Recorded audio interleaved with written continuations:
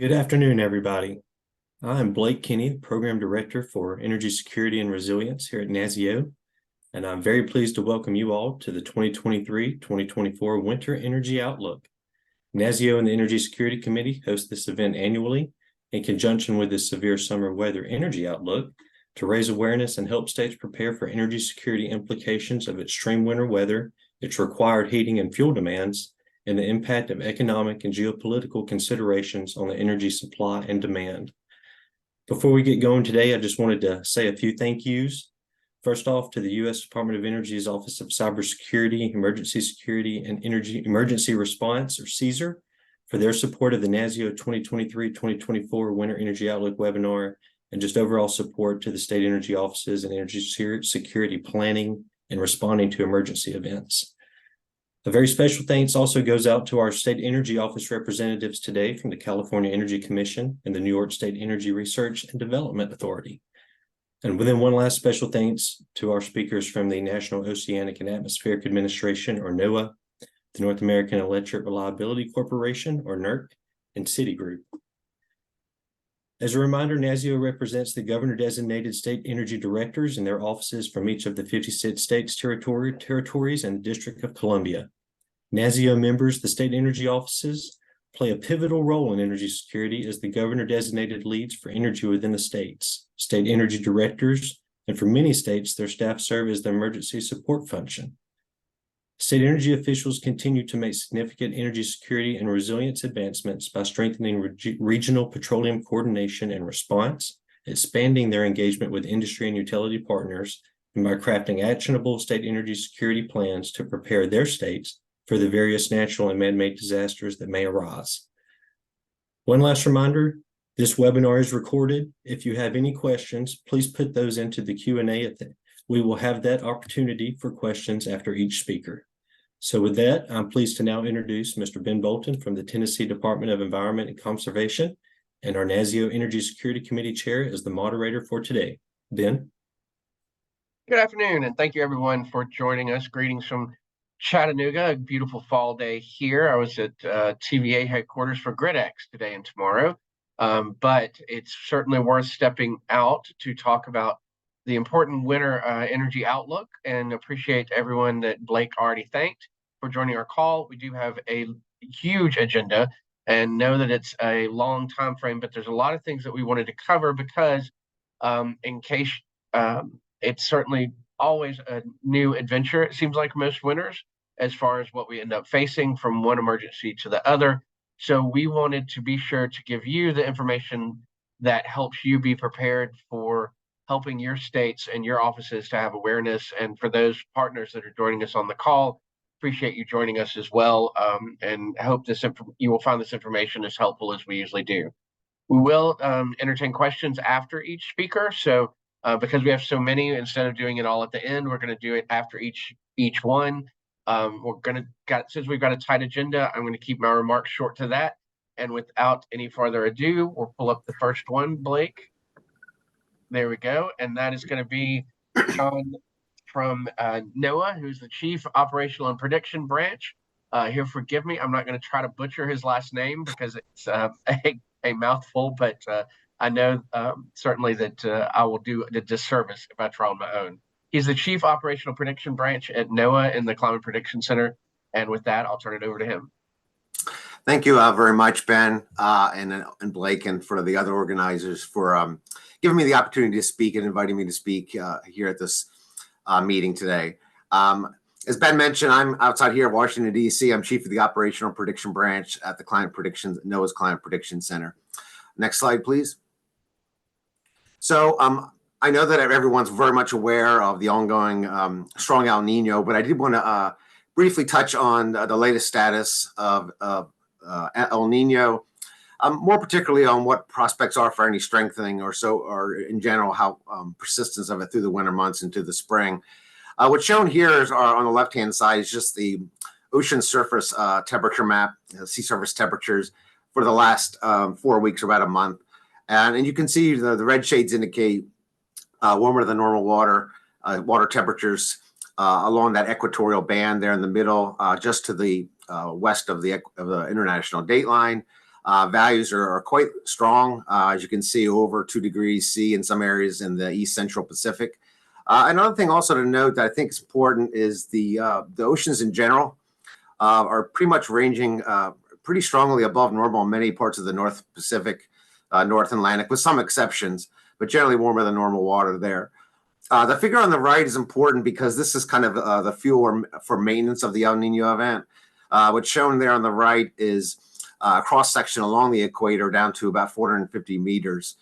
And again, the warm shades indicate warmer than normal water. And what you'll see down to about 150 meters or so, pretty strong temperature departures on the positive side this far into the fall, where we have 2 to 3 degree anomalies or more at depth. And this water eventually very often can make its way up to the surface. And so having warmer than normal water at depth below the surface is a good indicator that this El Nino event has certainly some legs to it and is likely to persist through the winter months and probably through the spring of 2024.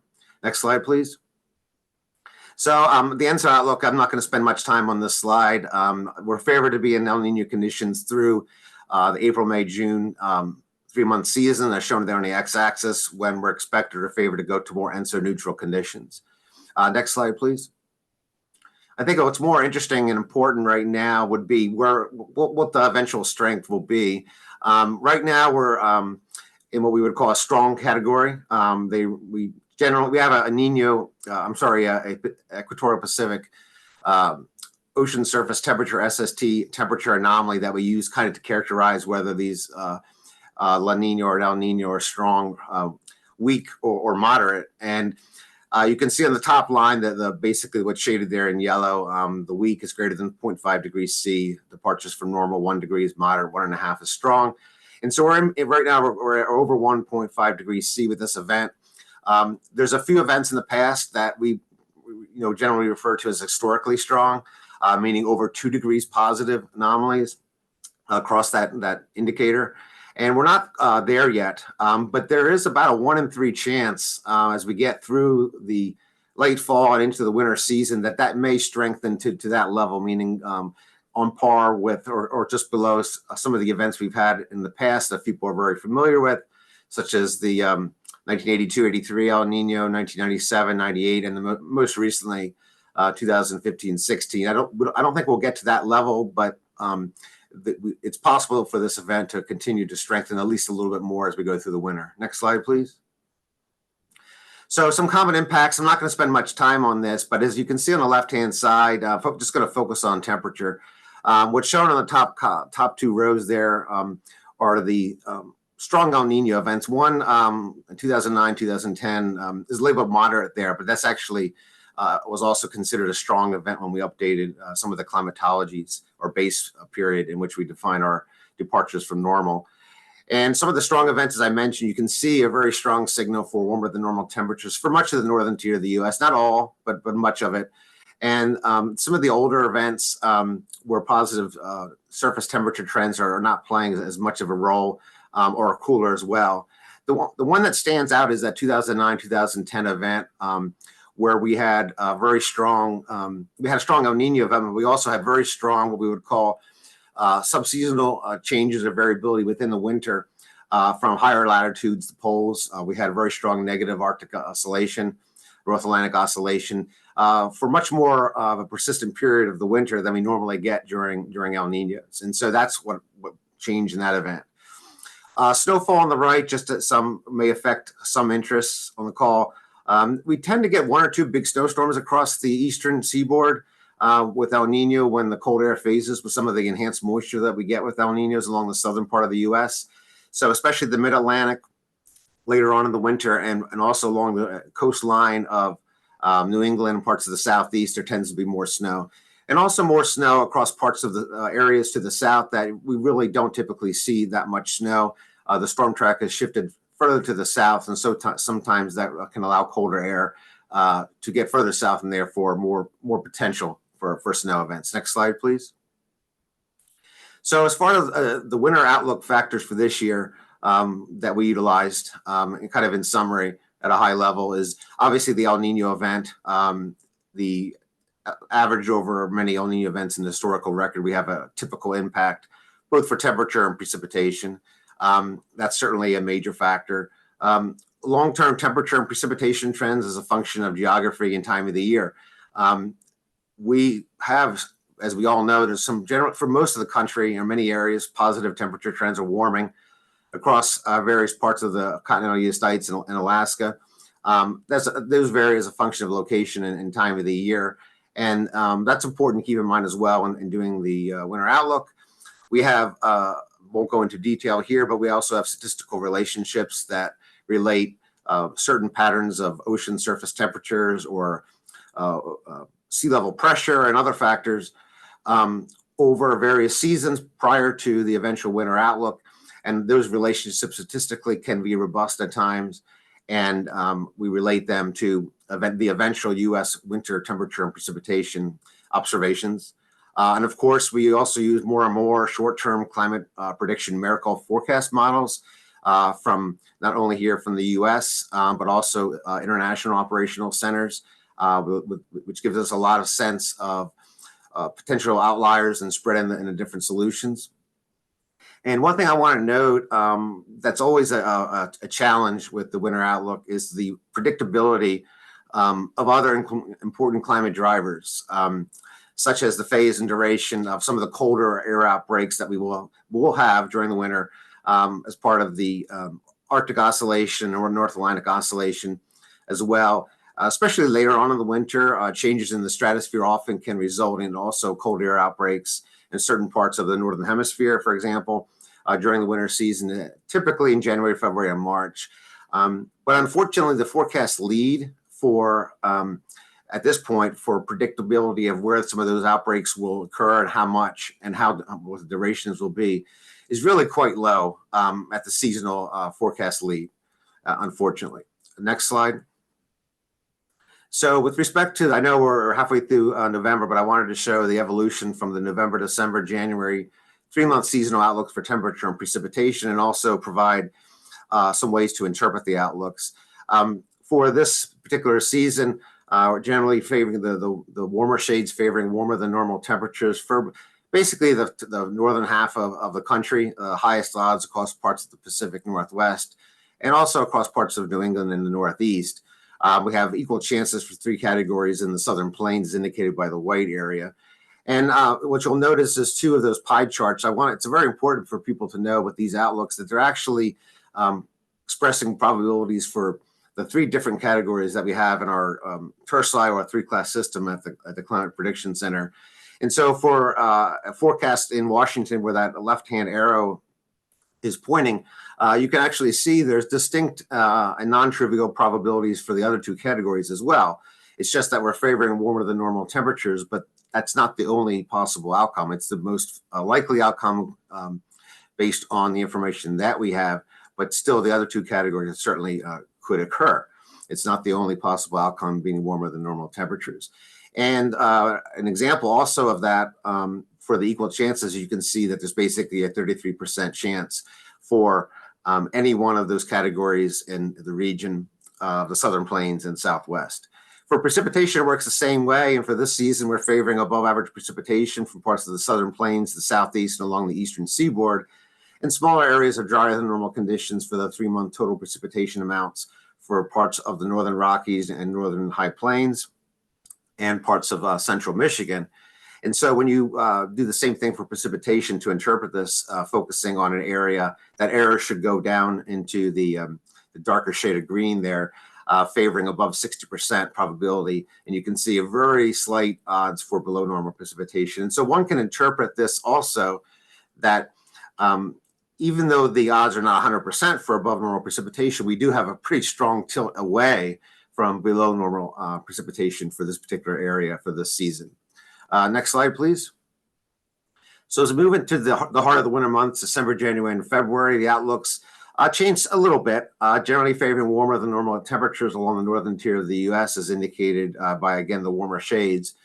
But there's a competition between some cooler signals with precipitation and cloudiness that often occur with El Nino across parts of the Southern Plains, parts of the Southwest a little bit later in the winter, and also along the Gulf Coast and parts of the Southeast. And so the combination between warmer positive temperature trends and those El Nino cooler signals, often we don't really have so much of a organized area for below normal temperatures favored on the outlook during the winter. Instead, we've put enhanced odds or favored odds for near normal for the middle category as compared to above or below normal across parts of the Central Rockies and South Central Plains. And as I mentioned, also above normal temperatures for basically the entire state of Alaska. For precipitation, again, our strongest confidence is across the southeast for weather normal conditions.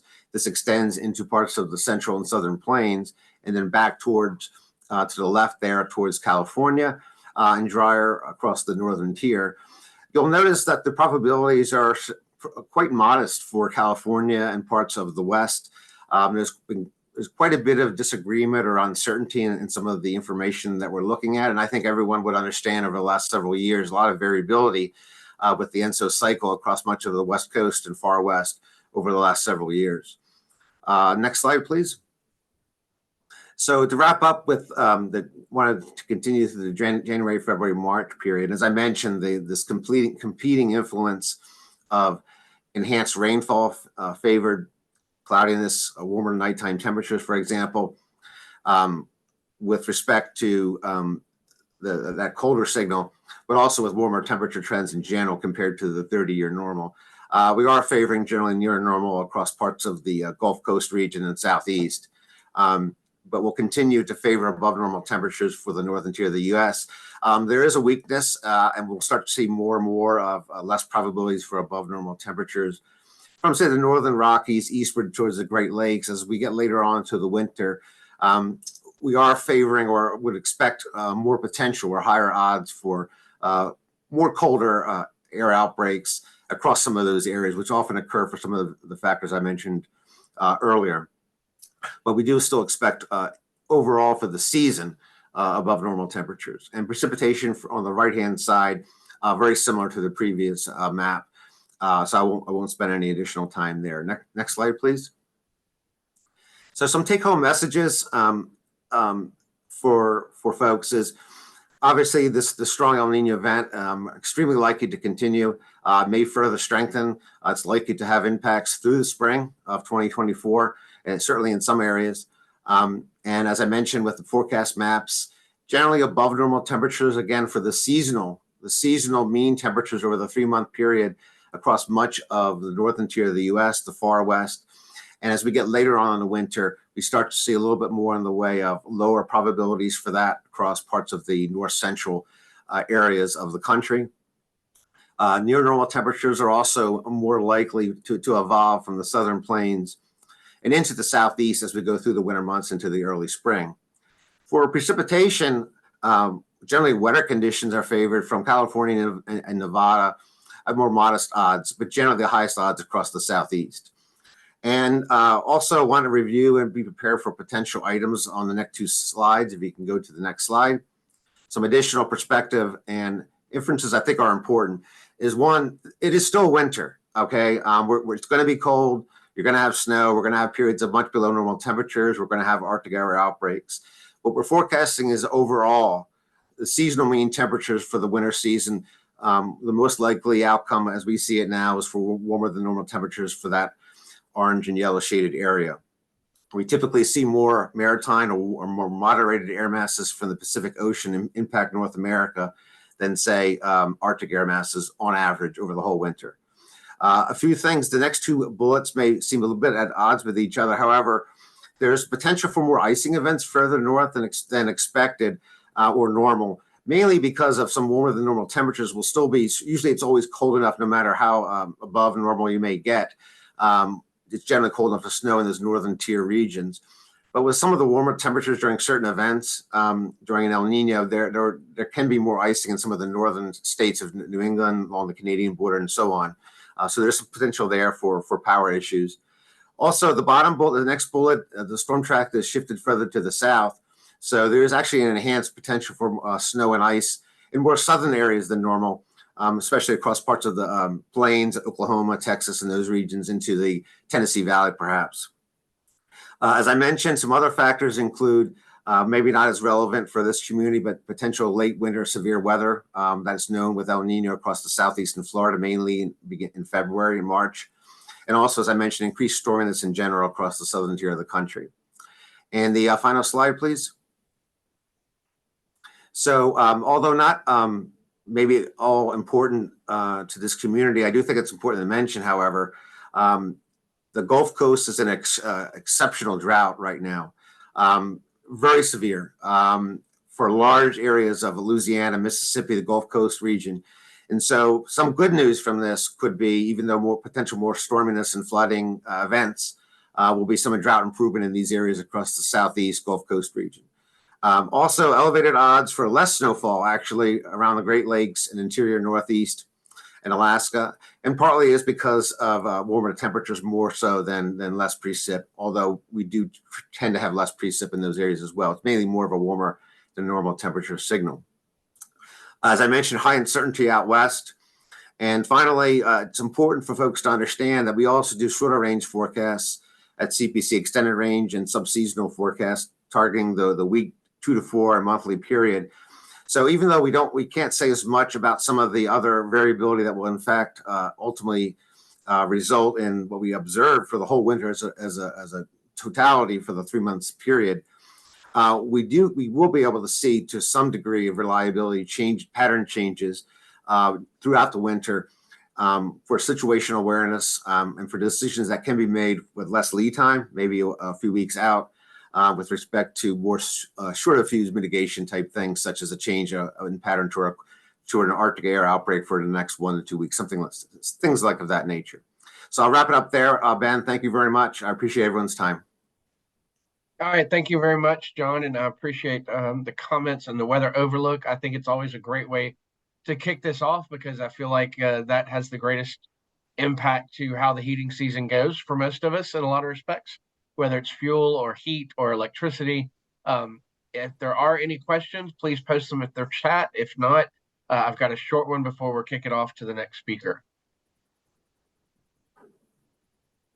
And my question related with that is, given Winter Storm Elliott next year, do you think are there likelihoods that we'll see that kind of polar vortex instability again? I know that this is more the climate level, but it's the polar vortexes or bomb cyclones that seem to get the most attention. Absolutely. One way I would answer that is that during El Ninos, as I mentioned, the timing has to be right, but usually at least 1 to 3 storms along the East Coast that are very energized or juiced, if you will, with moisture from the southern jet stream. They usually will interact with the polar jet stream enough so that we usually get at least 2 or 3 pretty strong nor'easters along the eastern seaboard. Some of the biggest snowstorms in the mid-Atlantic and along the East Coast, as I'm sure most folks are aware, have been during El Nino events, even though it may be a warmer winter overall. There's definitely a decent shot for sure of potentially very strong snowstorms along the East Coast from that perspective. With respect to the polar vortex and cold Arctic air coming in directly from Canada, that's certainly a possibility. It depends a lot on factors that really aren't predictable right now, but we do can start to see indications of that. Probably on the order of 2 or 3 weeks out, we start to see the what we call the stratospheric polar vortex.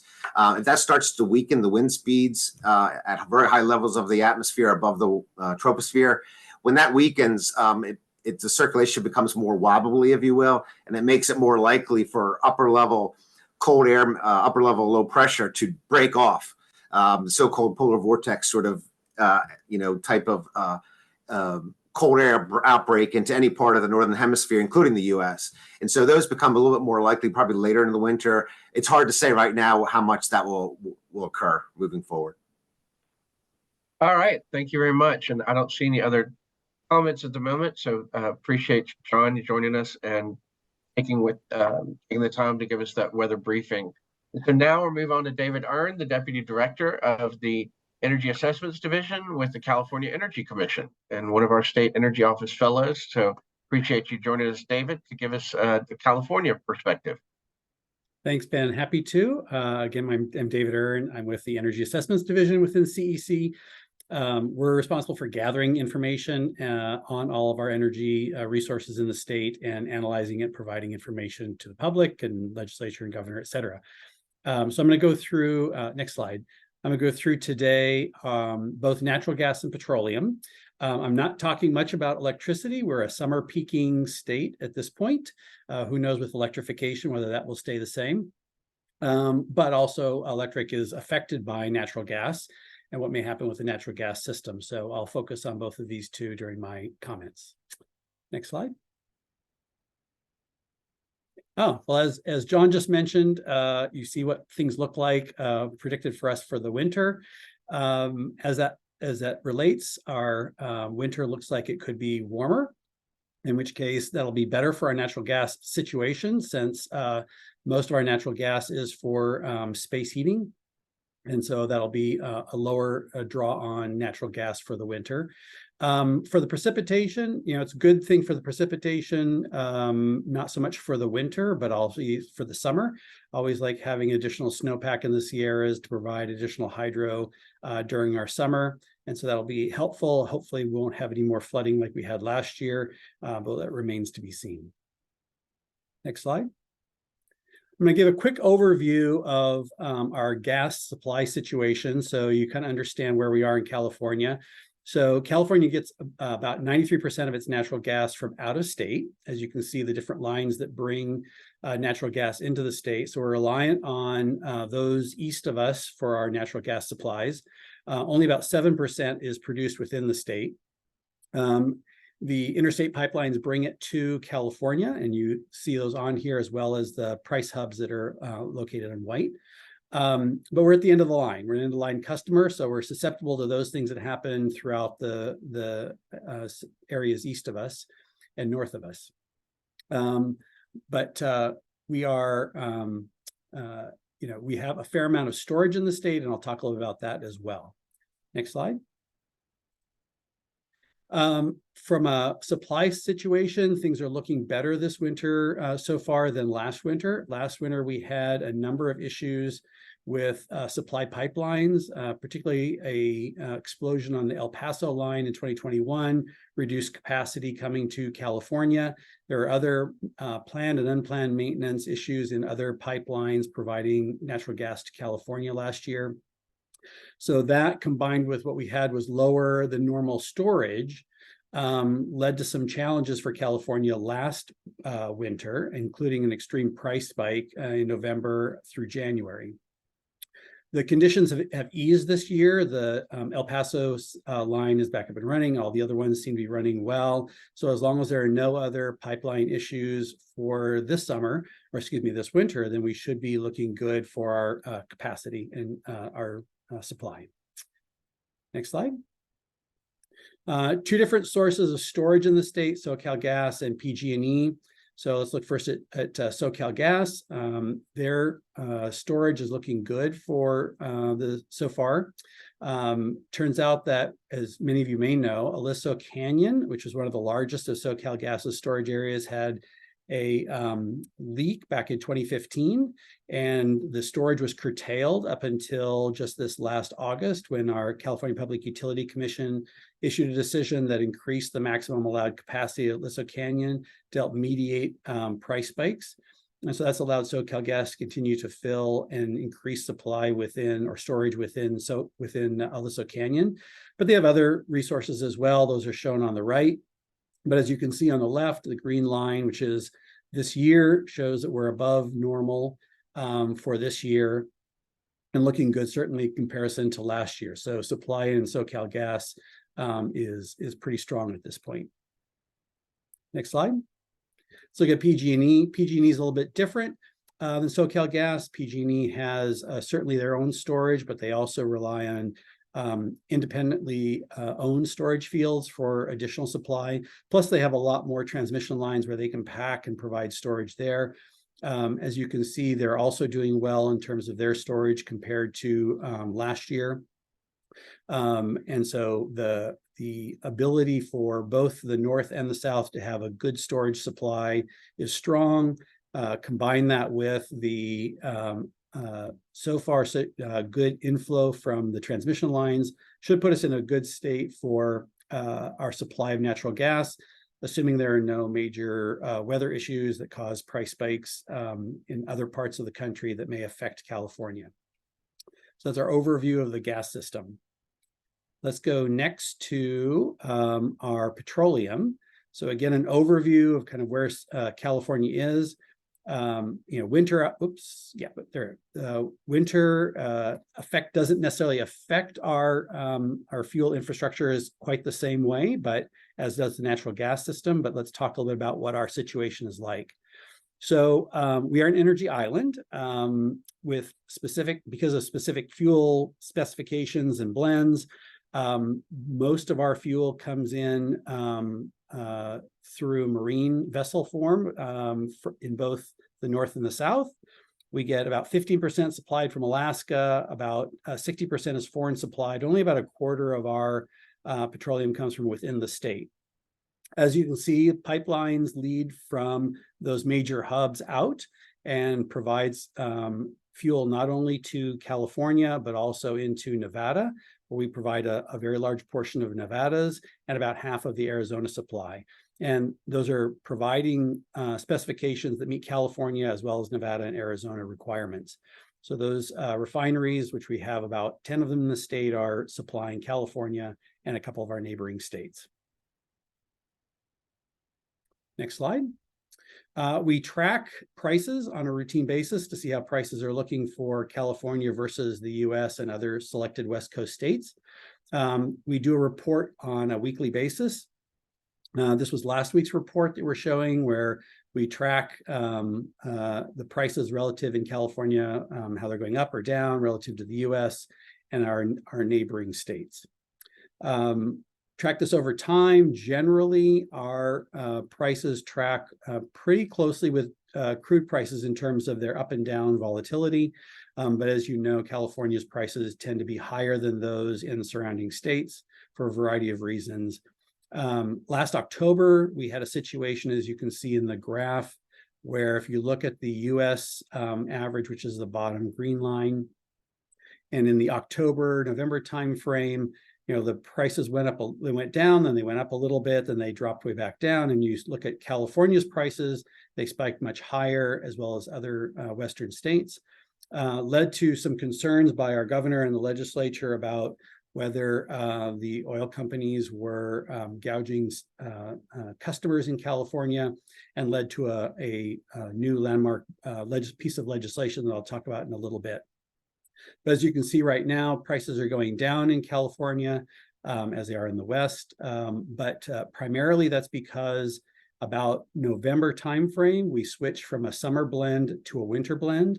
When we switch to a winter blend, we have greater supply availability. And so that generally results in prices going down more rapidly. So you can see that pretty steep decline that has happened. We did a little bit earlier this year, but it happens between October and November. Next slide. We also look at gasoline supplies and how they look relative to inventories. So as you can see, light went off in the room there. Our gas consumption usually goes about, matches our production within the state. California generally refines what it needs. The dotted blue lines show the 10-year weekly highs and weekly lows for production. For this year, over last year, our weekly production have been a little bit lower than the 10-year historic lows. And that's because we had a couple of refineries in the state that one has already changed from producing gas to producing renewable diesel. And we have another refinery that's going to be doing that by the end of this year. So our 10-year averages are going to generally go down because we have less production occurring from those two major refiners. Next slide. As I mentioned, we look at inventories, California and the West. You can see last year we had that challenge, the green bars where our inventory went down. As you can see from the dashed red line, inventory is much better this year going into the winter. We had a little bit of a dip in late October, but as that change in from the winter blend occurs, we expect that dashed line to go back up and get us closer to where we were last year in terms of our inventories available for California and of course across the West. So overall inventories currently looking good, on trend to where we want them to be for the winter. Next slide. As I mentioned, we have a lot of activity going on in the state around this new Senate bill, SB X12, and a lot of requirements associated with this new bill based on the concern last year about the prices of gas in California. The legislation did a number of different things and increased our authority to gather more information throughout the supply chain, enabled us to determine if the state should set a maximum gross margin and penalty within the state. Also requires us to generate a fuel assessment, which looks at all of the perspective on what's happening with fuel in California and methods that we need to ensure reliability, a reliable, affordable petroleum, price of the fuels, supply conditions, impacts on refineries and closures, impacts on production. A number of different activities will go into that fuel assessment, which we're in the process of wrapping up and we'll have out in January. Also requires us to develop a transition plan, which will help us look at what will be needed to help us transition and move off of petroleum. That will be due next December. So that's my high-level overview of California outlook. And I can go to the next slide and open for questions.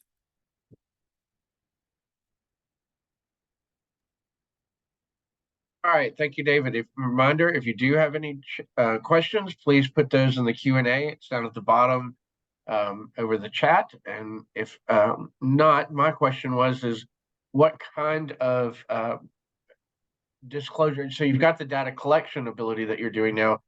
Is any of that data collected? Is there any confidentiality that protects that, or is it open to disclosure laws? Yeah, so it remains proprietary information that we are not allowed to release, and so we aggregate certain data to ensure that we maintain that data and its integrity. Excellent. That was always makes it a little easier to get that data from private sector when they know it's going to be protected. So I don't see any other questions at the moment, but thank you very much for the update on California, and I'm glad to see it's a little better winter outlook for y'all overall. And I know no one's more happy about that than you are. Exactly.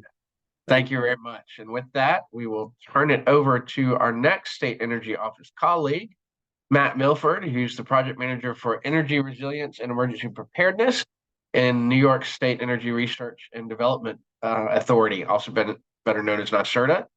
With that, I'll turn it over to you, Matt. Great. Thanks, Ben. So I'm Matt Milford with the Energy Resilience and Emergency Preparedness team with NYSERDA. Just going to go through a quick few slides here on our New York State winter fuels outlook and emergency preparedness activities for this upcoming winter season. Next slide, please. So this presentation is just going to focus on distillate inventory or distillate fuel. We'll start with looking at our distillate inventories.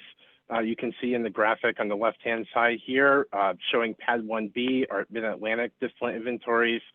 Our 2022 is currently above, or excuse me, our 2023 is currently above our last year's 2022. But if we take a second here and dissect this chart, what I want to show is we have a pre-pandemic 5-year range shown in green, compared to the most recent 5-year range shown in gray. And what we saw is that in 2022, it really redefined low inventory volumes for the Mid-Atlantic region. And because we've seen lower inventory levels now for several years since the recovery of the pandemic, we even see that the 5-year average has significantly declined compared to the pre-pandemic time. So we can see that, again, our inventory levels right now for 2023, significantly below that 5-year average. We are above where we were last year, but still significantly low compared to historical levels. Next slide. So looking at prices as we enter the 23-24 winter season, Last year, we saw pretty significant elevated prices, that especially spiked in the fall. They did come down during the winter. We had a pretty mild winter last year. So we saw that easing happening through winter and spring before coming back up. Early this fall, we've seen a little bit of moderation in recent weeks. But of course, we know that heating oil and kerosene prices are always subject to increased price volatility as demand increases during the winter season. But if you look on the chart on the right-hand side, the top one kind of shows the heating oil, propane, and kerosene average retail prices in New York State over the year plus, and looking more closely at some of the more recent months in the lower hand chart, looking at the 20.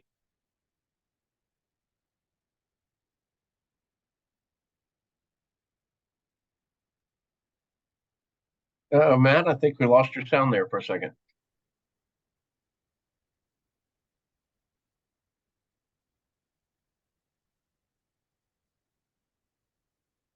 We'll give him a second to try to chime back in and see if we can get that. Of course, like most Zoom calls, we end up with some technical difficulties along the way, and it's only at those critical points. All right, did I get you again, Matt? Can you hear me from the phone? We can. Thank goodness All for right. backups. Well, Redundant communication that's what is we'll always do. good. All right, go for it. All right. Thank you. Yeah, we'll go from the phone here. So one of the things we're going to talk about is the market backwardation. So next slide, please.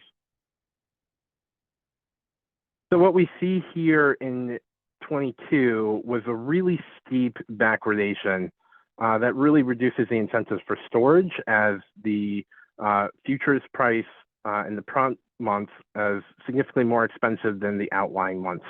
So with that, there really isn't the incentive to buy inventory and hold it in storage during that time. We did see that easing during the first half of the year, but we saw it kind of come back during this previous summer. It's not as strong as it was last year, but it is established, again, providing a disincentive to increase inventory levels. Next slide, please. So I want to take you through, this is one example of our winter fuel interdependencies, and we're really looking at, you know, the liquid fuels industry, the natural gas industry, and the electric sector in New York. And what we see during extreme cold temperature periods is we see increased firm natural gas demand as well as heating oil demand. That typically leads to higher natural gas and oil prices. And because of that, we see less natural gas power generation from both gas only and dual fuel gas units. A lot of those gas units in New York State are not on firm contracts. That means that they can be interrupted for either economic reasons or for temperature reasons. And so we see them going to their alternate fuels, which is typically oil. And then this increases the reliance on oil, both oil-only generators and those dual fuel generators using oil, as well as oil for other natural gas interruptible customers. This increases demand for oil replenishment, and that leads to increased stress on the oil industry to provide that replenishment during these really cold periods.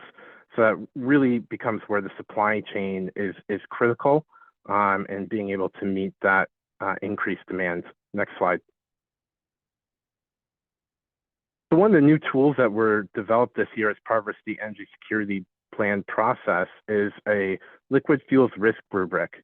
This liquid fuels risk rubric was customized for New York State, and it's designed to aid us in monitoring the fuel market conditions, assess the severity of any potential supply shortages or issues, and then taking the appropriate response actions to any potential shortages. The fuels that are covered in our liquid fuels risk rubric include all of our petroleum fuels, gasoline, diesel, jet, kero, propane, as well as biofuels, ethanol, and biodiesel. Next slide. This is kind of an overview of how the liquid fuels risk rubric works. So we really start out with what our fuel market conditions are, taking all these different information, market intelligence, market monitoring, whether you're talking about EIA data or you're talking about market intelligence, and really determining what is an actual signal from the noise. And so we're looking at each of these key assessment areas: inventories, pricing, availability, infrastructure, and weather forecast. And we're making comparisons for each of those areas for each fuel type. So inventories, we're doing comparisons against the 5-year average. For pricing, we're looking at spot prices against futures prices or other geographic regions. For availability, we're in contact with our terminals to determine if there's any supply outages or allocations. Critical infrastructure, we're looking at pipelines, terminals, roadways, waterways, railways. So all those critical infrastructure components. And of course, the weather plays a major role in the current risk situation for the fuels environment. So as we go into those extreme cold periods or we have those polar vortices, the weather plays an important role in understanding what those fuel market conditions are. For each of those key assessment areas, we're then looking at pre-established thresholds, determining a severity score for each of those areas. They are summed up into a severity index. That severity index then helps us determine what stage and level of response we're at. This has been done in alignment with our New York State Energy Emergency Plan. So again, this tool has been customized for New York State. So each state should, try to develop their own tool. It does provide an objective framework for looking at these current market conditions and determining the appropriate level of response, and provides confidence for regulators and others when determining the appropriate actions to take. Next slide, please. So as part of our research, we did some historical analysis in determining those thresholds for this tool. What I really want to point out a couple of things, just looking at historical inventories for the Mid-Atlantic region, comparing that against the 5-year average, what we really see is the cold winters from 13-14, 14-15, 17-18, and then of course last year in 22-23, really coming significantly below that 5-year average, more than 25%, approaching 50%, and in some cases last year, more than 50% below the 5-year average. So these are the kind of instances where we would have a strong signal on the inventory levels that we're crossing those severity thresholds. And we also see those same signals in the price information when we look at the New York Harbor spot prices against the NYMEX front month futures price. So we could see those winter cold price spikes back in 13, 14, and 15 as well. And then of course we had the historic unprecedented price spikes that happened in 2022. Next slide. So as we go into this winter, here's some of the things, again, that we're looking at for our fuels market outlook. We're of course looking at what those winter temperatures and conditions will be. We've talked about heating oil and kerosene inventories, presenting concerns. This of course leads to risk for this upcoming winter, and we'll be closely monitoring any potential supply chain interruptions. We're going to be looking at what's driving those markets, right? So we have multiple wars ongoing out in the world. We have OPEC plus production cuts. How are these situations affecting fuel supply chains into New York and the Northeast region? We also are aware of ongoing refinery maintenance activities, and we monitor the East Coast and Canadian refineries pretty closely to see for any potential supply disruptions. We also know that there are other potential either U.S. government or economic factors that will affect market conditions. So we're looking at regional inventories being low for our distillate fuels, heating oil and kerosene for the remainder of 2023 and the beginning of the heating season. And because of that, we do expect that prices are likely to remain elevated. And of course, they could potentially rise as demand increases. Next slide. So what is NYSERDA doing about this? Well, we're engaged in enhanced market monitoring throughout the supply chain. We're reaching out with those key industry stakeholders, increasing our coordination, making additional phone calls. We held our winter fuels outlook last month in October. We're doing additional coordination with state agencies to ensure their winter fuels preparedness. We're, of course, engaged with our Northeast States Regional Coordination.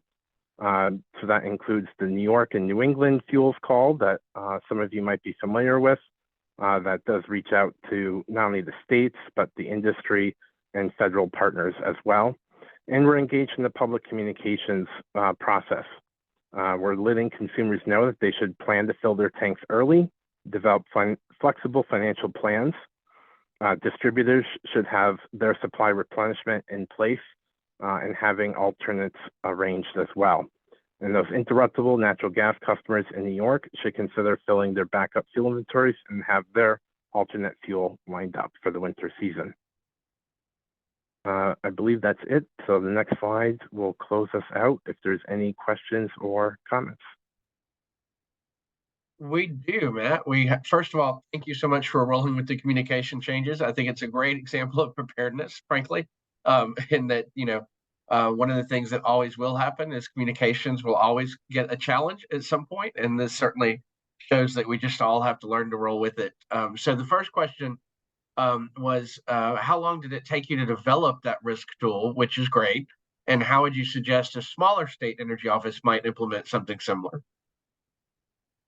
Yeah, so we did do this as part of our process for our state energy security plan. So we did also have some consultant support to help develop the tool.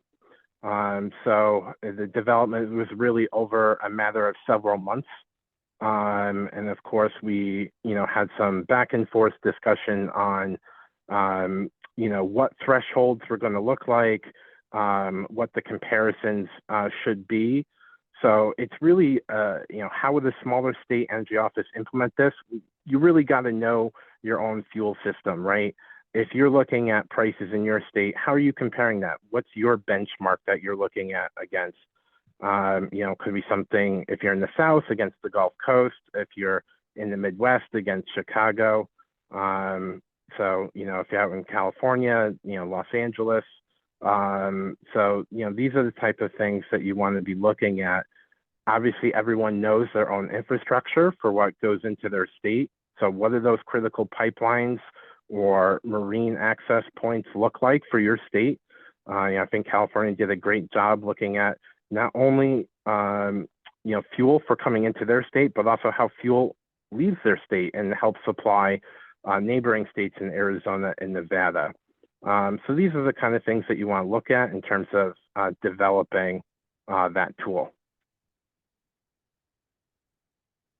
All right, and thank you. And I will also add that winter interdependencies graphic that you had, I thought was really good. I snagged it myself, and I'm thinking that's a good one folks could put in their energy security plans, because especially for those that experience those winter weather, it was just a very good, people always ask, what is that step-by-step of where it could escalate to? And that in a very simple, concise way, took a very complex issue and made it much more digestible. The next question we have is, someone said, how do you communicate concerns to consumers without alarming them unnecessarily?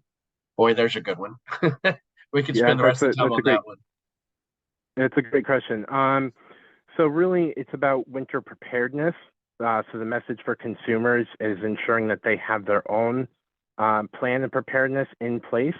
So again, we're not really communicating that people should be overly concerned, but again, having those preparedness steps in place, offering them opportunities and information on state programs, whether that's NYSERDA programs for clean energy and energy efficiency programs, or it's home energy assistance programs with our Office of Temporary and Disability Assistance, or other utility programs provided through our Department of Public Service. So really, it's the communication to consumers is about what programs and options does the state provide to help consumers get through and meet their winter energy needs. Yeah, I think that's a great answer. It's all about preparedness, and that's partly how you keep them from being alarmed, is encourage them to be prepared and hope that they are, and be ready for when they aren't. I think that's all the questions we have. If there are any more, just a reminder, you can certainly put them in the Q&A box, and we'll be sure to ask those to Matt. Otherwise, the other one that Megan pointed out to me that she added is that the other one is the European weather. Is we certainly have to keep an eye on European winter weather this season, because with no Russian gas coming to Europe, the LNG exports could be directed to Europe if they end up having a much harsher winter. So just to add that into the fuel mix of things that we need to watch now. That's part of the consequence of the Russian invasion of Ukraine. But thank you very much, Matt. Appreciate your briefing. It's excellent as always and very insightful. Thanks, Ben. Yeah, just on the European weather, with something that the Northeast states are very familiar with, as European demand plays a large role in where distillate products are ending up, whether they're more needed in Europe or whether they're more needed in the Northeast. And so those price signals that we were talking about earlier will play a huge role in determining where the products end up. All right. Thank you very much, Matt. That's very true. And next, we're going to go to Will McCurry. He's the State Government and Regulatory Affairs for NERC. He is filling in the manager of that. And so with that, we will turn it over to him for giving us the winter reliability assessment. Always a exciting piece, and we'll certainly be ready for questions after that. Thank you, Ben. Yes, I am pinch hitting here for John Mora, who's our Director of Reliability Assessment and Performance Analysis. He unfortunately had a medical emergency and was unable to present today, so I will do my best to do his slides justice. But please forgive me if I am unable to answer any more technical questions, and I'll be sure to follow up with John and this group here and make sure we get answers to anything I'm unable to answer. And Ben, hopefully you go easy on me with the questions later after my presentation. I want to thank NASEO's Energy Security Committee for having us here. Really excited to talk about our 2023-2024 Winter Reliability Assessment that just came out last week. We also released a report on Winter Storm Elliott that has several closely aligned recommendations that I think are worth checking out as well. You can find both these reports on our website, so would strongly encourage folks to look at those documents when they get a chance. Next slide, please. So the main takeaway from our reliability assessments for this winter season is that we still are seeing a large portion of North America remains at risk of insufficient electricity supply during those peak winter conditions. 2/3 of the country we've labeled as at elevated risk. There are a variety of different factors contributing to these reliability risks, including higher peak demand projections, more complex load forecasting for demand, and a lot of vulnerabilities we're seeing to extreme cold weather for our generator and fuel supply. We're also noticing and commenting a lot on the increasing interdependent nature of the natural gas and electric system, and that's certainly a topic that we're closely monitoring. We released and I'll touch on this in a little bit, a cold weather alert where industry had to respond to a series of questions that we had proposed. But while we're seeing some generally positive trends with generators, generator and fuel supplies in warmer zones, we're still worried that there are going to be some performance issues during those extreme freezing temperature conditions. Next slide, please. So we have this nice little infographic here that we show highlighting the elevated risks that we're seeing across our whole system. As I mentioned, John is probably better able to talk more specifically about the inputs into the reliability assessment, but broadly speaking, we're looking at things like on-peak reserve margins, operational risk analysis, and probabilistic energy metrics to determine the risks that we're seeing on the system as a whole. We look at a variety of different scenarios when we put out the winter reliability assessment. including scenarios under extreme weather conditions, similar to the Winter Storm Elliott we observed last year. Next slide, please. One thing that we're closely tracking, that demand forecasts are increasingly complex as things like electrification of transportation, of heating are increasing. It becomes increasingly difficult to exactly forecast expected demand, particularly during extreme weather conditions during the winter season. What we're most concerned about is these prolonged cold weather patterns that really upend sort of the forecasting abilities that we have. And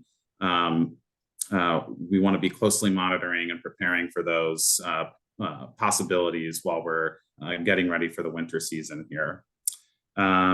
Next slide, please. Really appreciated some of the earlier presentations where we were talking about some of these interdependencies between the natural gas system and the electricity system. Natural gas fuel is essential for winter reliability. We're closely tracking these generator and fuel system failures during these extreme winter events, and want to make sure that we're closely monitoring the reliability of the gas industry as well as the electricity industry to make sure that we have sufficient capacity during extreme events this winter. We do a lot of these kind of analysis for each of these regions we've noted on the graphic here, and a lot more details in the actual report. So again, would encourage folks to check that out. Next slide, please. And some of the broad key assessment recommendations that we're focusing on, NERC issued its first ever level 3 alerts in anticipation of the winter season for 2023-2024. There are a series of recommendations and requests that we asked of our registered entities, industry folks, that we're once again encouraging the implementation of those actions. We're encouraging that reliability coordinators and balancing authorities should implement fuel and monitor fuel supply adequacy, something that I was glad to see come up in some of the earlier presentations as well. Again, load forecasting, anticipate the potential for underestimating load during these extreme conditions, and taking early action to reduce the risk of reserve shortfall. And we're working closely with the state regulatory community as well as the policymaking community at state energy offices in case there needs to be public appeals for reduced electricity and natural gas use and conservation efforts, as well as to be ready for any kind of waiver requests relating to different environmental or transportation regulations. Next slide, please. And that is it for me, short and sweet. And I do again apologize that I don't have all the technical background, but if anybody has any questions of that nature, I'd be happy to pass those along to John. Sure, thank you, Will, and appreciate you pitching in and did an excellent job. And NERC always does a great job with this forecast. And it is worth pulling the full report and looking into the weeds of your section of the country, because you usually find some little nuggets that will be only about 2 sentences long, but be very insightful as to what's going on in your area. And I think I know we're seeing more preparedness go into it, but I think at the moment it does seem like a consistent trend of some under forecasting when it comes to load forecasting at the moment. And some of that seems to be just not expecting the temperature swings to be as it is. But that's something I think we're still seeing. So one of the questions that we do have is and this one is perfect for you. How can state energy offices coordinate with NERC better? I really appreciate that question. I recently joined NERC only 2 months ago to be the manager of state government and regulatory affairs. And the whole idea behind this position is to be better communicating with our state partners on all these topics. So I would be happy to be the main point of contact for reaching out to state energy offices. And if anyone on the call is interested in a more specific briefing or something from our end that you'd like to have us come and present to folks in your offices, I'd be happy to help facilitate that. So please feel free to bombard me with emails, and I'll make sure Blake can distribute my email if that's not on the next slide. All right, well, let's go to the next slide and see if it's there. It might be the next. Yep, no, that was the last one. Sorry. So I'll make sure Blake has my email. It's okay. And you're certainly welcome to, no pressure, but you're certainly welcome to come back to the all hazards call that we have, where we do a monthly roundtable, and each of the states goes around and reports and just sort of gives good situational awareness with what's going on around in the country, but no obligation to attend. But just we do a monthly call where each of the states reports out of things that they're concerned about, and it's great for just general awareness. And really appreciate you taking the time to give us that briefing. So now at this point, we'll go into the next one. We're going to hear from DOE, Ann Ressler, who's the Manager of Situational Awareness and Analysis at CESAR, my favorite government acronym, Office of Cybersecurity, Energy Security, and Emergency Response. If you're not familiar with it, you should be at this point, but if not, then we'll certainly look forward to her giving us that next awareness of the 23-24 energy outlook. Thanks, Ben. My colleague Elise, I think, is actually going to kick it off for us today. So Elise, sorry, I didn't introduce Elise. My bad, Elise. You can punish me later for it. Goodness, I'm sorry about that. Well, all right, we'll let Elise go first then. No problem. We were going back and forth. Either one of us could have started. So I'm Elise Taylor Anyakiri. If you're not familiar with me, I am new to the SLTT program manager role here at DOE, filling in for Brandy now that she has been promoted to the program director position above this. So we work to, this office works to obviously with state energy offices, NARU, public utility commissioners, governor's energy advisors to advise on cybersecurity. You can move to the next slide. Yep, this is Ann. Okay, I'll go ahead and hand it back to Ann. Great, thank you. And so as Elise said, I'm Ann Ressler, also with CESAR. I'm a manager for situational awareness within our response and restoration division. So I'm involved both in our daily monitoring of emerging issues within the energy sector, as well as the response side if and when events do emerge. Today, I'm just going to give a quick overview of some of what we have been monitoring across the country heading into the winter season. But I'll just note up front that, we already heard from Will today about NERC's electric reliability outlook. So even though, the grid and electric reliability is something that we monitor very closely at CESAR throughout the year, instead, I'll be focusing my remarks more today on the fuels aspect of our monitoring, specifically for heating and for generation. So I'll start today with our natural gas outlook, just because it does dovetail with electric reliability. And so, of course, natural gas is used for generation, but it's also used directly for home heating across much of the country. So you can see here, especially in the Midwest and in the upper Midwest, natural gas is used as a primary home heating fuel. Next slide, please.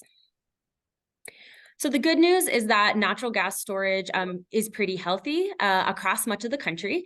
So right now, natural gas stocks are at or above the 4-year average in every region. Next slide. However, we always keep a really close look on New England specifically during the winter months, and that's for a couple of reasons. Natural gas supply into New England is pretty constrained. It's mainly served by pipelines that bring gas up from the south, so that's mostly via the Algonquin pipeline.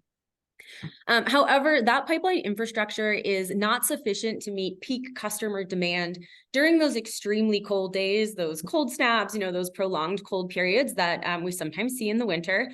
And so that can lead consistently to tight gas supply in New England during those really cold days. And that's significant because New England does rely so heavily on natural gas as a generation source. So you can see here, about 50% of the total generation capacity in the region is natural gas fired. And then typically, additionally, natural gas power plants are often interruptible gas customers. So as Matt was describing earlier today, this means that a power plant can be cut off from its supply of gas during those extremely cold periods in favor of conserving gas for residential customers for home heating. During these really cold periods, ISO New England does have a couple of options for how they can mitigate some of these tight gas conditions. And among the spectrum of options, two to focus on today. One is the ability to ramp up non-gas-fired power plants. So that's fuel oil generators, which is about 2 gigawatts of generation capacity available in New England. However, many of these fuel oil generators are aging or maybe unavailable at short notice due to mechanical problems or maintenance issues. So they're not a particularly reliable source of generation on short notice. Another option in the region to reduce that gas usage is for the dual fuel power generators to switch from natural gas to distillate fuel oil temporarily to help relieve some of that demand for natural gas and keep up with the demand for electricity. Within New England, there's about 9 gigawatts of total generation capacity at these dual fuel generators. But of course, this as a response procedure then creates increased demand for distillate fuel oil, really showing those interdependencies there between natural gas supply and distillate fuel oil in the Northeast. Next slide, please. So that then brings us to looking at distillates in more detail today. Distillates, of course, used across the country as a transportation fuel and in commercial and industrial applications. But, heating fuel is also a primary, heating oil is a primary heating fuel, especially in the Northeast, so the Mid-Atlantic region, and then particularly up in New England. Next slide, please. Looking at distillate stocks across the country, in all regions other than the East Coast, distillate stocks are actually quite strong heading into the winter season. And this is actually a change from earlier this year. Even a couple months ago, we were looking much more closely at the West Coast and at the Midwest in particular, where even this summer, distillate stocks were very low in these regions. But even, within the past couple of weeks, there's been some really strong increases in stocks. And so now in those regions, distillate stock levels are either equal to or slightly above the 5-year average. Unfortunately, that's not the case on the East Coast, where distillate is quite low. It's about 39% below the 5-year average on the East Coast, which is roughly on par with where it was last year when we were also seeing, somewhat tight supply conditions at this time. Next slide, please. So I'll zoom in again on New England stocks here, both from that heating fuel angle and then from that dual fuel generation perspective as well. I just want to talk through a couple of the factors that are contributing to these low stocks in the region, some of which are structural and some of which are more specific to this particular moment in time. So there's no refineries that operate in New England, which means that the region is a net consumer of fuels, and petroleum products are typically delivered via marine import, either from Eastern Canadian refineries or up from New York Harbor. But that reliance on marine imports can create some vulnerabilities in the distillate supply chain during the winter months. Cold temperatures can temporarily cause marine ports to freeze up, which again temporarily reduces the supply of fuel into the region during that time, as well as regular winter storms can create access issues on roads and prevent delivery of heating fuel to end-use customers, residential homes, that sort of thing. This fall in particular, there's also been some supply constraints in the neighboring regions that supply fuel to New England. So 2 refineries have been undergoing maintenance this fall. So that's the Irving Refinery in Canada and the Monroe Trainer Refinery in Pennsylvania. Both have gone through scheduled maintenance starting in September, which has just contributed to some of the tightness in supply feeding into the New England area. Next slide, please. Looking a little more closely at these dual fuel power generators in New England, ISO New England does track the stocks of fuel oil that are being stored at the power generators. And it's maybe a little hard to see specifically on this slide, but as of now, the fuel oil inventories at these dual fuel power plants in New England is about 50% of their total storage capacity. But that's up about 1 million barrels from this time last year. You can also see, hopefully, from the trend on this slide, is that last year fuel stocks at these power plants were not really drawn down much over the course of the winter, and that's due to the generally mild weather over the course of the winter in the region. But you can see the sharp dip down over that winter of 2017, 2018 polar vortex, where nearly 2 million barrels of fuel oil were drawn down over only a 2-week period at these power plants. And so I think this demonstrates that, just how quickly some of this fuel can be drawn down during those extreme cold temperatures. Next slide, please. So now taking a look at propane, much of the demand for propane as a heating fuel is concentrated, you can see here, in the Midwest, the upper Midwest, and then up in New England as well. In addition to being used as a heating fuel, you may know that propane is also used for agricultural purposes, namely for drying crops at the end of particularly wet harvest seasons, heading into the winter storage of crops. As a result of these uses for both the fall harvest and then also for winter heating, the demand for propane is highly seasonal. So the demand in the fall and the winter months is more than double what it is in the summer months. And as a result of that, during extreme cold, demand for propane can spike really sharply, really suddenly, without a lot of warning, and that can create a lot of strain on the propane supply and distribution networks due to limited infrastructure. Next slide, please. So the good news is that heading into the winter heating season, propane stocks are actually really strong across the country. Every region has propane stocks basically above, either slightly above or even significantly above the 5-year average. In the Midwest, you can see here where we see a lot of propane, both for agricultural and for home heating uses. We're at 6% above the 5-year average. And then on the East Coast, which also sees some demand for heating use for propane up in New England, we're at very strong stocks, 17% above the 5-year average. I will note on that, though, that some of the East Coast propane is ultimately destined for export, but having strong stocks in the region heading into the winter months is still helpful and could be helpful to be drawn down in the event of a larger regional propane shortage. I'll also say part of the reason that we're in such good shape at this point is that the fall harvest season in the Midwest to date has been pretty dry. So the need for propane for agricultural uses has been pretty low and is expected to stay pretty low. And so that's contributed to strong stocks and puts us in pretty good shape heading into the winter season. One other note on this is that you'll see the Gulf Coast stocks are very strong, 21% above the 5-year average. And so I'll just note on that much of the propane produced in that region is ultimately destined for export or for domestic use as a petrochemical feedstock.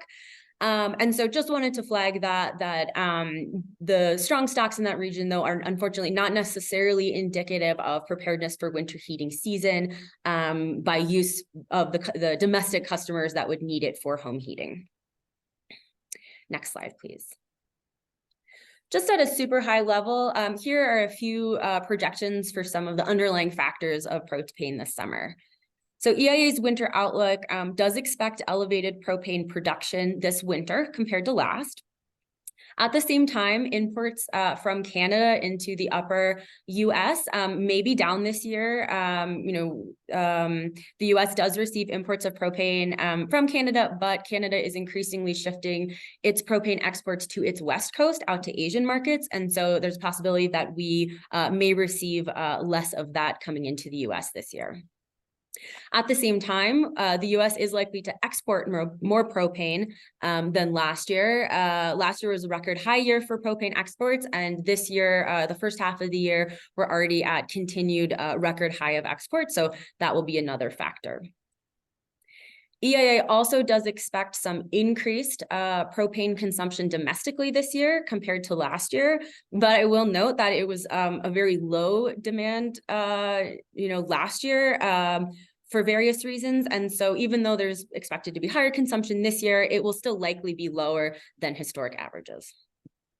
So when all said and done, EIA does forecast that propane inventories will remain above the 5-year average for this winter season, and that we should be in pretty good shape for supply in their forecast. Next slide, please. I'll click through these next 2 slides quickly, but this is just a more detailed look at some state-by-state propane stocks. So here you see the Midwest, even on a state or grouping of state basis here, you can still see that stocks are at or above the 5-year average in these states of interest. Next slide. And again, here's just a breakdown of propane stocks in New England, in which they're 28% above the 5-year average, and then in the Central Atlantic, where propane stocks are about 15% above the 5-year average. Next slide. So I'll wrap up today just by talking through kerosene. Kerosene is a niche, fairly low demand fuel that, like propane, has a strong winter seasonal demand trend. It can be used as a heating fuel, and that's especially true in more rural regions, but it can also be blended with ultra-low sulfur diesel, either at refineries or at the terminal level, and that can help reduce fuel gelling in vehicles during extreme cold periods. I'll note that kerosene is difficult for refiners to produce. It requires more processing than jet fuel does in order to bring down its sulfur content.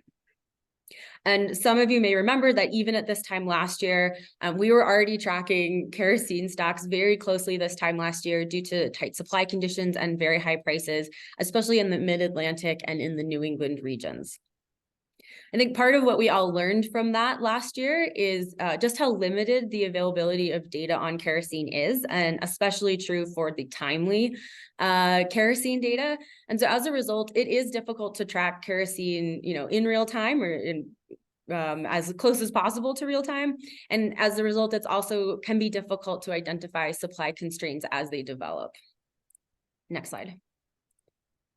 So EIA does track kerosene stocks and kerosene production at refineries, but due to the way that it collects the data, the most recent data that we have is currently from August of this year. So as of August 2023, you can see that East Coast stocks of kerosene are low. They're about 65% below the 5-year average, but that's about 35% than the same month last year when we were seeing those really tight conditions. Similarly, EIA data indicates that refinery production of kerosene on the East Coast is also up about 800,000 barrels compared to August of last year. Next slide.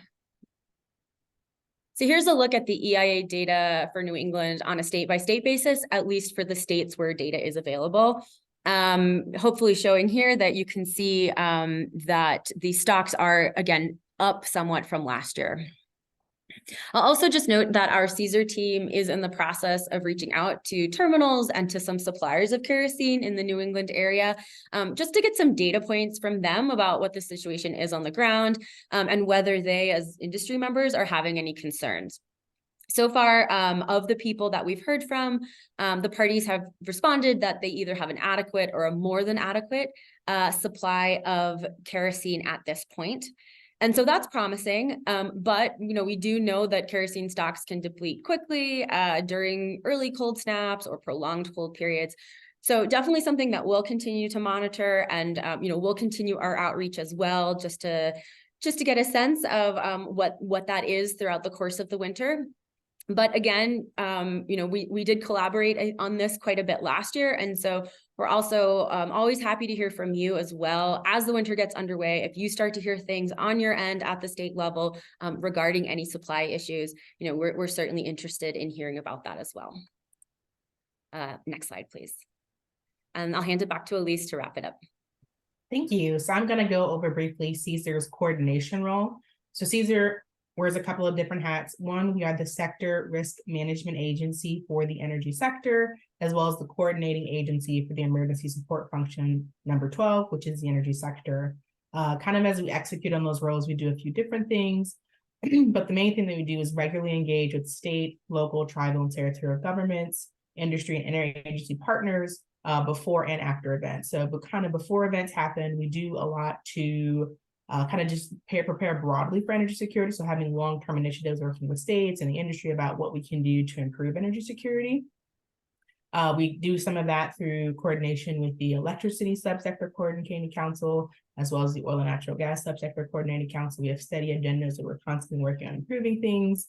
We also do things like issue that kind of the monthly energy analysis briefs to the energy emergency assurance coordinators, letting people know regularly what's happening in the industry and in energy industry. We also do things like work with different regions of the US. So last year we worked extensively with the Northeast region as they had concerns about winter heating oil. So working with them prior to the winter arriving and throughout the winter season to say, make sure everyone had the information they needed. How do we be properly prepared? And what do we do in the event of an emergency? When emergencies do happen as a part of the emergency support functions, DLE does a lot to arrange calls with state actors as well as other levels of federal government to make sure everyone has the information they need. DOE has the ability to issue waivers as needed in the midst of an emergency, and we do other coordination with the industry so that if they need to coordinate mutual assistance and things of that nature, DOE serves as the main function to do a lot of that coordination. Outside of also in part of the DOE role, so EIA issues its weekly updates on inventories of liquid fuels, and they also issue the winter and summer energy outlook that Ann just presented on. And so there's some of the main things that DOE does from a coordination perspective to make sure that the industry is well covered. And I think now we can open for questions.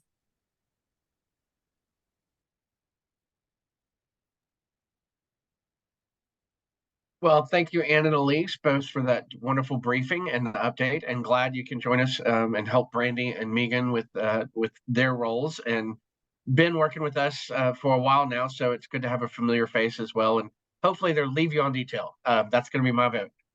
But appreciate both of you, and Ann, thanks so much for the detailed situational awareness. And I loved how you made some of the things of just the simple increase, decrease, because you get enough spaghetti diagrams going in one direction or another with the 5-year outlook and other stuff.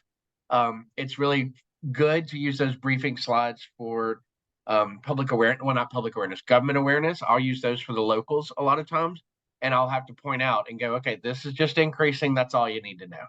And that's also very helpful. But I think that tracking the kerosene is definitely something I'm glad to see that y'all are still working on, because that's an issue that's very important to just a very small few states, but it's kind of like I think of it as like an island issue. You know, it's an issue that only affects a few. And Matt Milford, who you heard from earlier, added that the best way of tracking kerosene is really the local terminals and the fuel suppliers. And so I think that was a good point. Otherwise, I don't have any other questions from anyone at this moment. If you do, give us some. They're here. If not, we certainly can get in touch with them after the webinar. They're always a great partner with us, and Elise, I am loving the background too. That's also really great. I just have a hotel room today. That's it. So with that, thank you both very much, and we'll move on to our next speaker. And our next speaker is going to be John Murad. Oh no, not John. Sorry, it's going to be Eric Lee. My bad, Eric, the Director and Senior Global Energy Analyst with Citi's Commodities Research.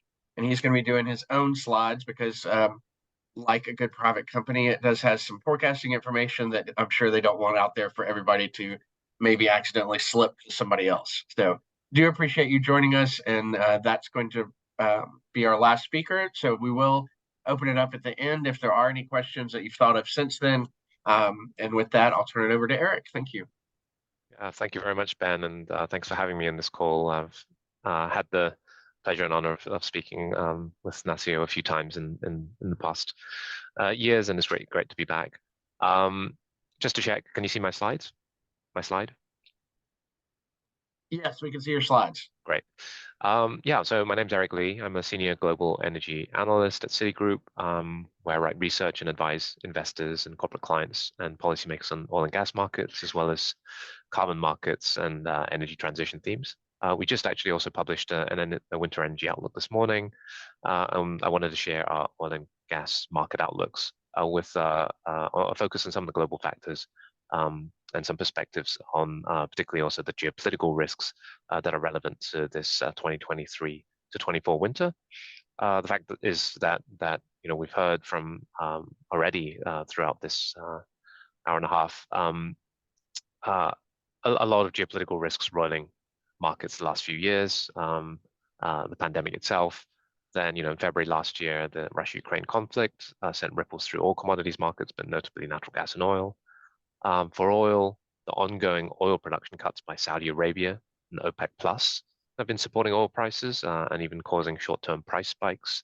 Of course, most notably on the oil side, early in October, Middle Eastern geopolitical risk surged due to the Israel-Hamas conflict and potential repercussions across the region.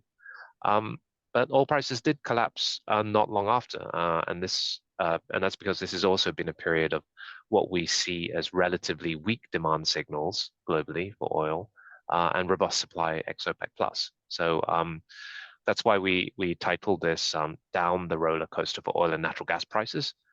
It's likely to be a bumpy ride, but for prices, but we do think that the path is actually mostly downwards in the base case, but with the potential and the risks for sharp spikes at times that we think would then fade, but nevertheless sharp spikes at times. I'll speak a bit on oil and then a bit on gas. So here's our outlook for Brent and WTI crude oil prices.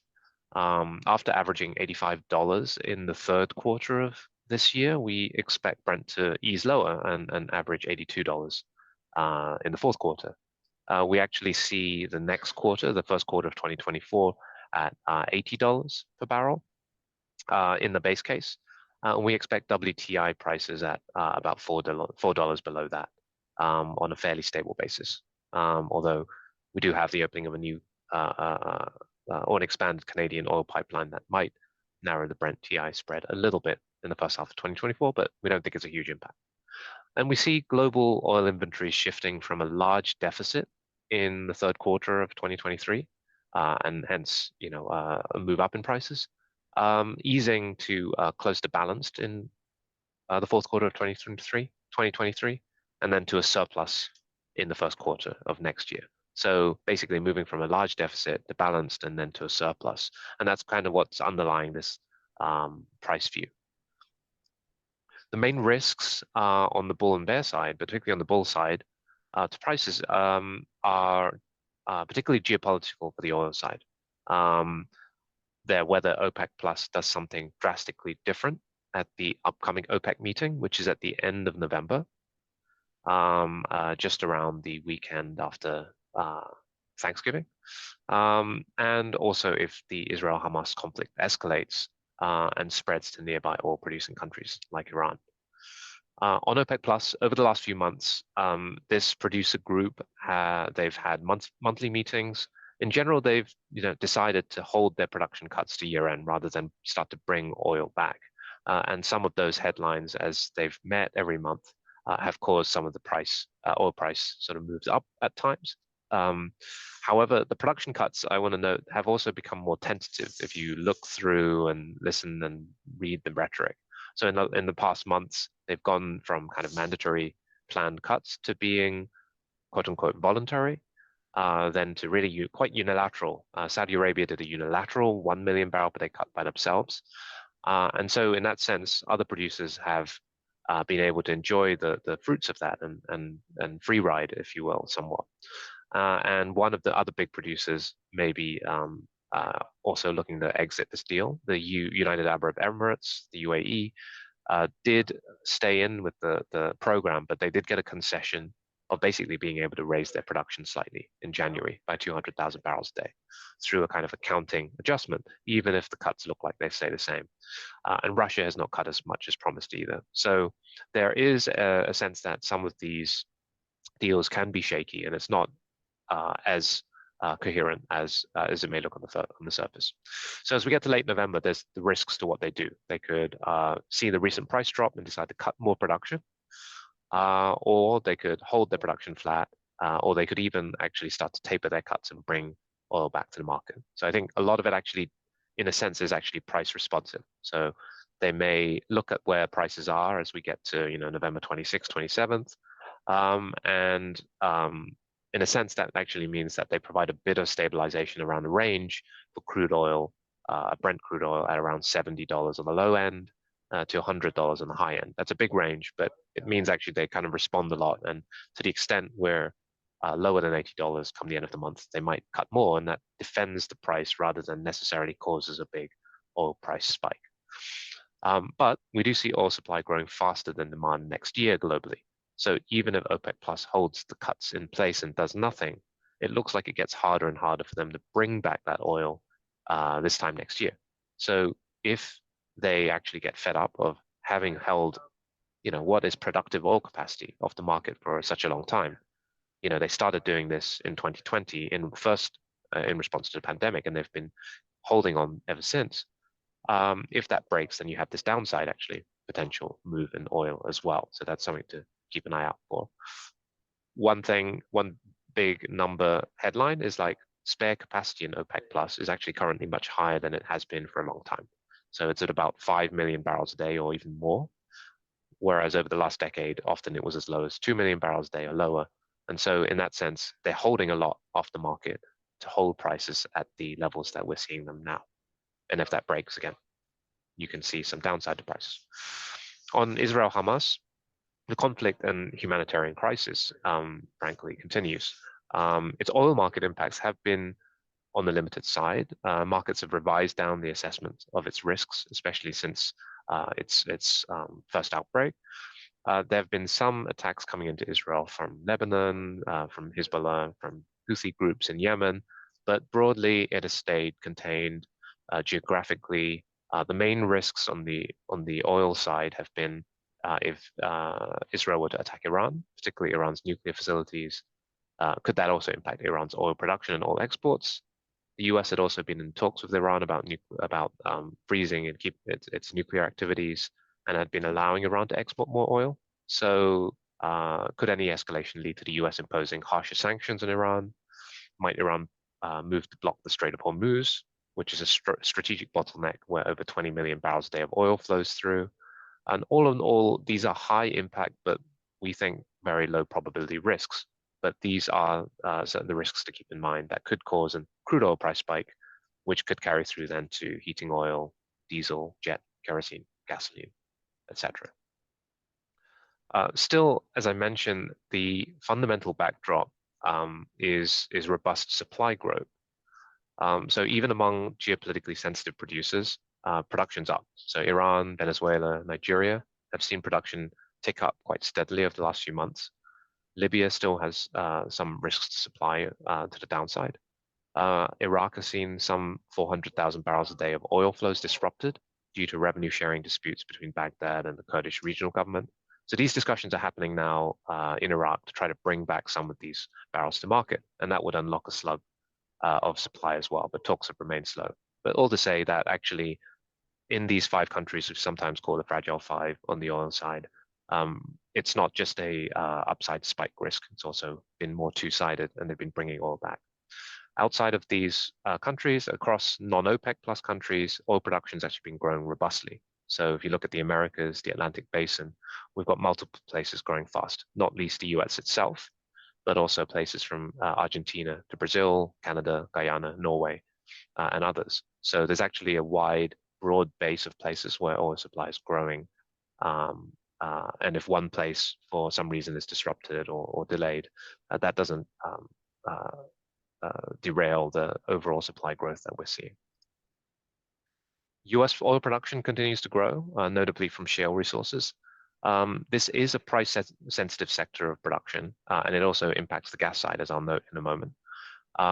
It's a little more responsive than traditional non-shale producers because they can raise or lower activities more nimbly, more quickly over, say, a 6 to 9 month period.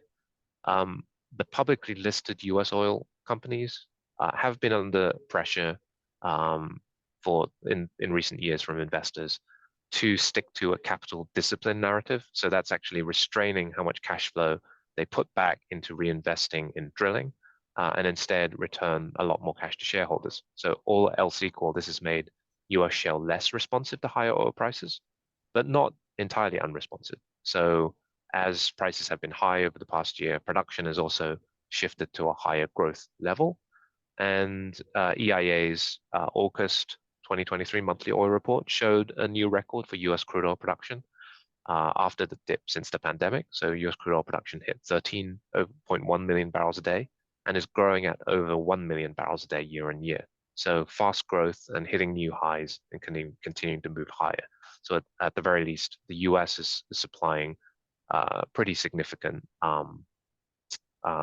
supply to the world. With some of the winter impacts, milder winter weather, but risks of polar vortices, cold spikes are certainly some of the things that we're keeping in mind for winter demand for oil and heating. However, I wanted to note that certainly weather and climate changes continue to have emerging impacts on oil and gas markets that we're only now getting more used to. So this summer, refineries were hit. Oil refineries were hit by hot summer temperatures, particularly in Europe, and that led to them running at lower operational efficiency and thus produced less diesel this summer. And that's actually one of the factors behind strong diesel prices and margins and cracks, and which reflect the low inventories that we saw in some of the charts earlier. Hurricane season is about over, but broadly speaking, generally any risks to the US Gulf Coast are now much more impactful than in the past, because the region's now basically one of the biggest hydrocarbons hubs in the world, with oil and gas production onshore and offshore, oil refineries, crude oil and refined product import and export hubs, natural gas liquids production and exports, including propane. We saw a slide on that earlier. And of course, LNG export hubs. And so ever since especially since the Russia-Ukraine crisis, the US has been the biggest liquids producer and exporter in the world, with production of some 22 million barrels a day out of a 100 million barrel per day global liquids market. So again, hurricane hits, storm hits, and other extreme weather can have outsized impacts if it hits the US Gulf Coast on global markets, not just the US. And that can come back to hit the sometimes independent. It's sometimes a little bit of a disconnected market, which is the east coast of the US. And the frequency and intensity of storms is being worsened as well by climate change and warmer water temperatures. We were watching the sharp acceleration of the storm that hit Acapulco recently in Mexico, which is tragic and looks like it could make storm impacts harder to forecast and prepare for at times. But outside of weather, economic indicators are weak for diesel and also jet. So one part is that natural gas prices aren't as high as they were last year. By far, they're not above diesel equivalent prices. And when they were that last year, there was a big surge in natural gas switching to oil, including diesel and heating oil last year. But outside of that, the economic indicators for diesel demand are weak. Global trade activities down year on year. Trucking tonnage is down year on year. And diesel demand is very leveraged to trade and freight activity, particularly on the trucking side.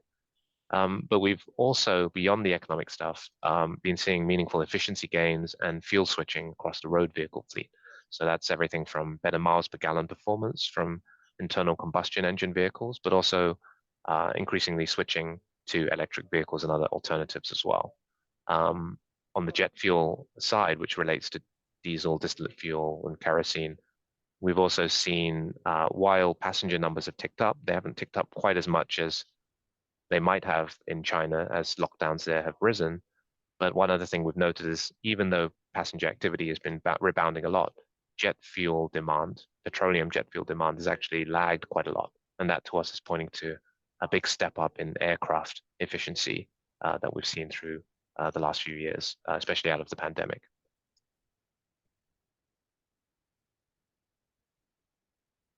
On the natural gas side, we also see prices trending lower from here across all regions. And however, again, we note that there are spike risks, particularly in Europe and Asia, and less so in the US. Here we show our price outlooks for Henry US natural gas, European TTF natural gas, and Asian JKM LNG, including price impacts if you have colder or warmer weather scenarios in terms of HTDs, heating degree days. We take a more neutral to bearish price view on the impacts of El Nino on Northern Hemisphere winter, but we do recognize a greater probability as well of price spikes either way because of the jittery nature of the market and the risk of polar vortex events and other storms, given that the Arctic looks very warm this winter. So all in all, we do see weather patterns supporting a volatile but possibly wide range-bound trading environment where mild weather broadly should take prices lower, but cold snaps could jolt prices higher, especially if they happen early enough in the season. We tend to look at sort of when we look at globally, we look at European gas prices first and Asian LNG prices as kind of an arb off of that, and then look at how much the US kind of needs to supply in terms of LNG exports. European gas prices should trend lower, we think, basically because end of March 2024 inventories, we think, should be well above the kind of benchmark 35% level, even in normal weather, not mild weather. And so we see European gas in the first quarter of next year at the $13 per MMBTU level versus futures currently in the $15 range. Some of the kind of metrics for European gas demand, it's been rebounding, but recovering off of a very low base. So rebounding well, particularly in the industrial side of things, a little more than we expected. But again, you can see in the top right that while it's been coming off of last year's levels, it is still below 2021 levels. So where basically demand was hit by the massive spike in prices due to the Russia-Ukraine crisis. We continue to see residential and commercial demand in Europe staying weak throughout the winter, basically as utility bills continue to be high. And power generation demand overall could be weak as well, as overall power load has fallen year on year, and renewable energy generation has been strong. And all in all, that to us looks like European natural gas prices look bearish from current price levels, particularly January 2024 onwards. Again, given higher than normal projected inventories by the end of March 2024 as demand curtailment still in place. And we still see inventories getting to 80%, 90% levels as we get to October 2024 based on current projections. Markets did get a little bit tighter recently than they otherwise would have, as we've seen some Norwegian production, gas production seeing outages, and some lower LNG deliveries. But all in all, the risk is there if there's a cold snap. So overall, the market narrative, as we speak to clients, is that there is expectations of a milder winter, which means lower prices all else equal. But the upside risk, especially once you break through a certain level, can be somewhat asymmetrically sharp. So we looked at TTF prices that would be needed to balance the market under different winter weather scenarios. And this is kind of what gives us this price outlook of just under $15 per MMBTU this quarter, down to $14 in the beginning of next year. But again, if gas inventories fall below target, prices can start to rise asymmetrically, as you can see in the top left. For the US, we expect prices to trend lower on strong gas production, primarily as a big factor that is pressuring prices to the downside. And we actually see US natural gas production as, I think, higher than consensus, and we think it could be higher than people expect. There's been a rebound in Northeast production. There's rising associated gas production from the oil plays, notably the Permian Basin in Texas. So we see the first quarter of 2024 at or below $3 per MMBTU versus futures at about $3 per 20. Again, the main risk factors we see for US natural gas prices are actually the weather impacts. So other kind of economic or geopolitical or other fundamental drivers don't look so apparent to us. And a final thing I'd note is that warmer weather this winter could mean lower prices in 2024, but actually higher prices in 2025 and vice versa. And that's because of the timing and impacts of prices on production. So lower prices in 2024 could discourage gas producers from drilling more, but by 2025, prices would need a surge to encourage producers to drill and produce more. there is projected, the shape of the base case price outlook does have this projected drop in the third quarter of 2024. And this is because we expect projected inventories by then to be actually quite a bit higher than historic seasonal levels. This in part is because we do think the market needs to prepare for the surge in LNG exports that should come in late 2024 and 2025. So the market might tolerate storage reaching the 4.2 trillion TCF mark as the end of season storage level in 2024. But if it's larger than that, prices might need to fall to raise switching demand to limit injection to below 4.2 TCF by the end of that in October 2024. So this winter LNG export capacity in the US is still capped out. So in that sense, that limits the upside from global risks to gas supply that come back to hit US prices. But again, there are multiple channels outside of US LNG exports, arbitrage to other global gas regions that could still lift US gas prices, as we did see during Russia-Ukraine as well. For instance, the coal export channel. So all in all, we do see a downward trend for oil and gas prices, but with spike risks from weather for natural gas and geopolitics, notably for oil. And with that, I'll be happy to take some questions, or thanks for your time. Thank you very much, Eric, for an excellent detailed briefing. And just like I'd hoped, we started with the weather and we ended with the global geopolitics and the markets and all of that. But at the moment, I don't see any other questions, but let's see if anyone does have. One of the ones I wondered is, what are some of the early market signals that we could see that help determine if a disruption is going to occur? What kind of things are y'all looking for? Yeah, so outside of weather, where we've had some excellent presentations from the experts, I guess it would be on some of the economic side and geopolitical side. So on oil, particularly related to heating fuels for oil, I would say one is the geopolitics. Do we see an escalation of the Middle Eastern geopolitics that starts to bring in more the US, Iran, even Saudi Arabia? And then at a second remove, does it actually impact the oil production and exports there? And of course, I think the Strait of Hormuz bottleneck risk is low probability, but clearly if there's any escalation there, that's like a huge scenario. As we enter the OPEC Plus meeting at the end of the year, at the end of November, and month by month, I think whether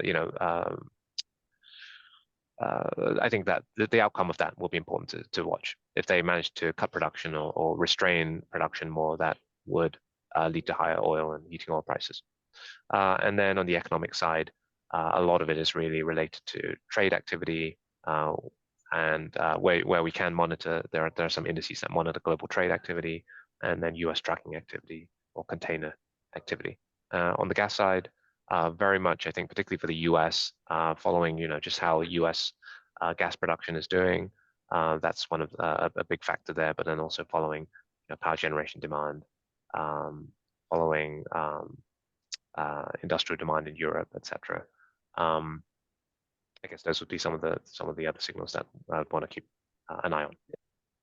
No, that's excellent. Thank you for the insight. It's certainly something that we'll keep watching. I've actually been surprised to see that the Israeli situation hasn't caused worse pricing, but I'm grateful that it hasn't at the moment. And I think some of that's just, like you said, the U.S. setting record production. I think that's something for energy offices to get out there, as people still don't quite get that the U.S. is the now leading producer of oil in the world, which is still something for those of us that have been around for a little while. It's still hard to imagine that when it wasn't that long ago that we weren't even exporting oil.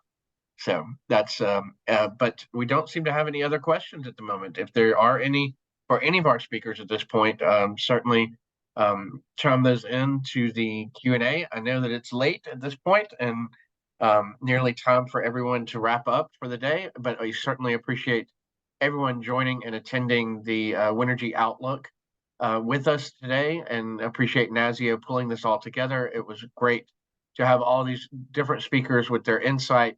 I certainly feel like that y'all have helped us get a great picture of the energy sector and the factors that influence us going into the winter, so that we're at least less surprised. But the one thing that winter continues to teach us, and especially the weather and the markets, is there's always a surprise around the corner. Blake, anything else? Nothing to add, Ben. All right. Well, with that, thank you everyone for joining us, and that concludes our Outlook webinar.